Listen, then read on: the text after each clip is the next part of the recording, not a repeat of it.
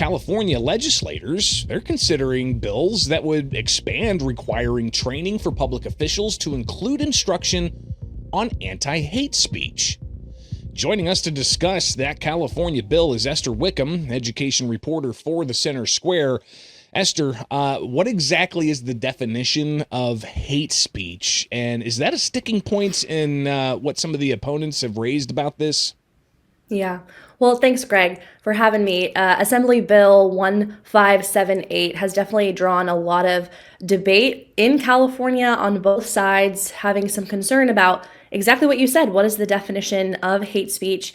And at the same time, holding public officials, city council members, and people in education officials accountable for what they say, what they post on social media. And so this bill has definitely drawn some criticism as well as a lot of support from school districts. But what we're seeing is California lawmakers, specifically Democrat Corey Jackson, who's based out of Riverside City in Southern California. He brought this bill about along with two other bills with two other California lawmakers to essentially, incentivize public officials to really think about, what they say and when they post certain things or say certain things, is it hate or is it, good and beneficial for for society, for citizens to hear and listen to, because they are, public officials. They do have some weight to what they say. And so I think he's hoping that this bill kind of raises awareness to it.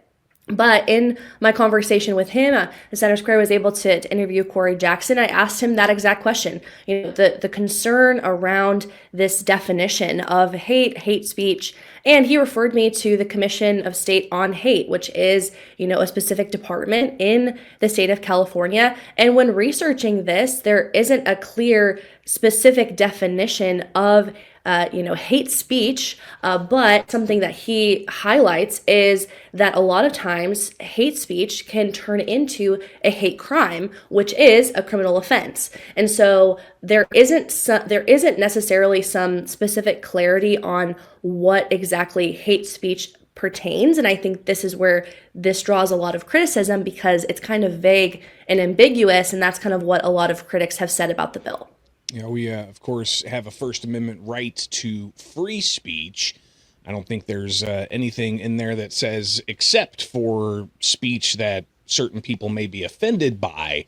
But I think that kind of comes to the crux of what the arguments are here. You had Jean Chadbourne from the organization Women Are Real testify against this measure, and I think she kind of really encapsulates what the opponents' main concern about one group saying this is hate speech to get control over another group. Let's hear what she had to say.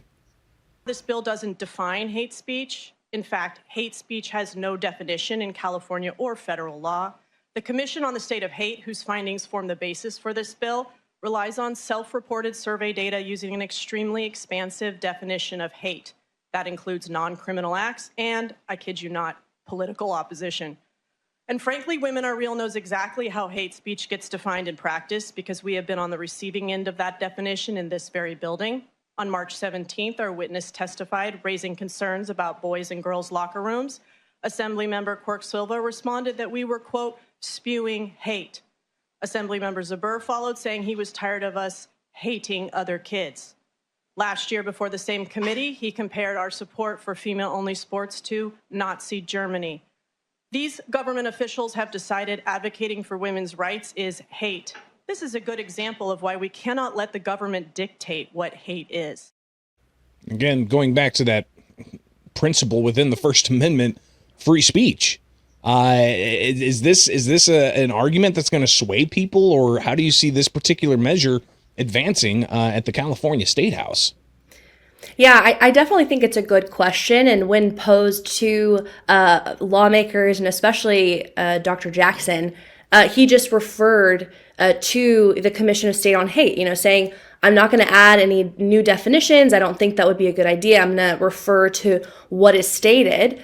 And so then I was able to, do some digging, do my own research, and exactly what Ms. Chadbourne said. There isn't a clear federal definition of hate aside from a hate crime, which is very specific and direct. And I think a lot of people that oppose this bill have that concern of, okay, well, what is harmful? What is hateful? Is it, simply subjective based on if it's a political opinion that is, hateful? Or is it, something concrete you can understand and recognize? And this bill essentially, in lieu of sexual harassment training, is going to essentially encourage that. It's going to add 1 hour of anti-hate speech training to sexual harassment prevention training. And this is going to be required by state and local officials.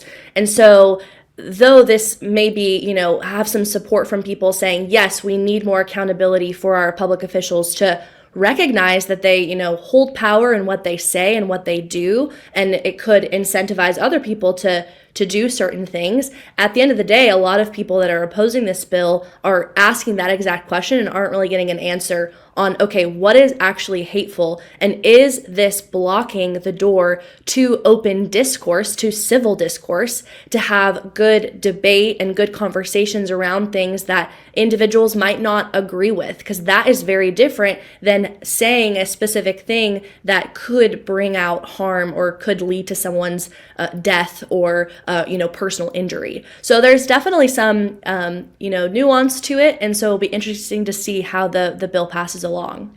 Yeah, the nuance is important here, but also if there's going to be double standards, right? If the Democrats in control in California label a certain thing hate speech, how could that be used against them if, say, Republicans were to take control of the legislature? Not sure that's going to happen in California anytime soon, but just that idea of, put the shoe on the other foot and see how that fits. And this is obviously one of those crucial arguments, especially when you're talking about elected officials getting this training, but even down to the teachers and how that could possibly impact their education process and how they're educating children in schools. Definitely something people need to keep an eye on, and be sure to subscribe to the newsletter at thecentersquare.com. Esther, other things you're working on, obviously keeping an eye on not just K through 12 education, but also education in colleges and universities.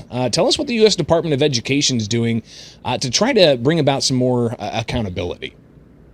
Yeah, absolutely. This is really interesting that the U.S. Department of Education announced their recent rule and proposal that aims at, again, holding colleges and universities accountable for specific programs when it leaves students unsure of what they're going to do post-grad. And, we've seen over the years, and especially the recent months, the student loan debt portfolio just absolutely skyrocket. We are currently at $1.7 trillion in student debt. And at the same time, we have over 70% of college students not having jobs in their career field, in the major that they focused on in college, which is absolutely mind-boggling and really disappointing. And so I think for the Department of Education to come out with this new proposal, it's titled the Notice of Proposed Rulemaking. This essentially is going to establish accountability within colleges and universities, and this is designed to address that exact concern. Are students financially worse off if they had not attended college?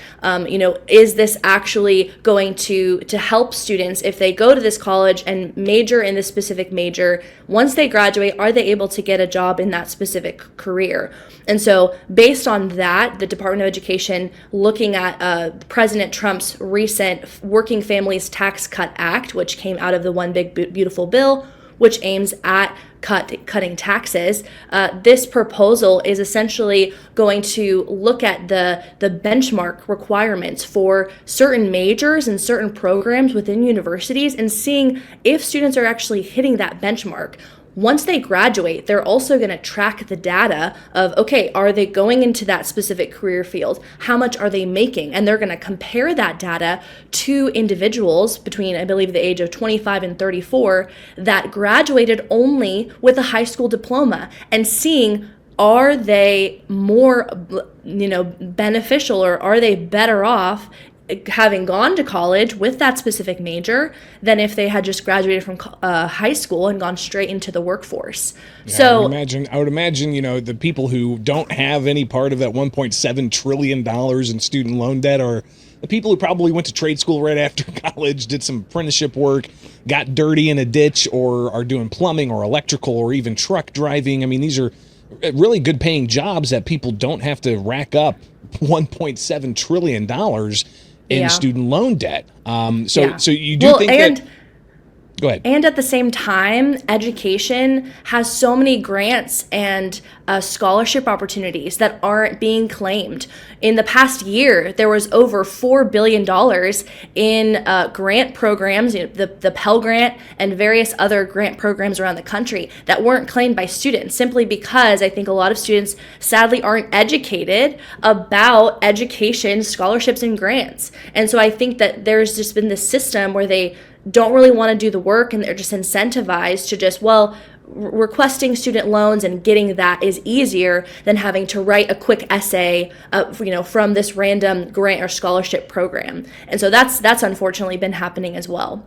No question. And I think it's going to be interesting to see the data in this when they start comparing, a 4-year degree in dark age poetry and somebody racking up $40,000 in debt just to get that degree, and does that actually translate to having a worthwhile career that's going to actually pay? Absolutely. And so this will be interesting to keep an eye on. Esther Wickham, another reason why people need to go and check out your work at thecentersquare.com. Greatly appreciate you taking the time. We'll talk with her again very soon.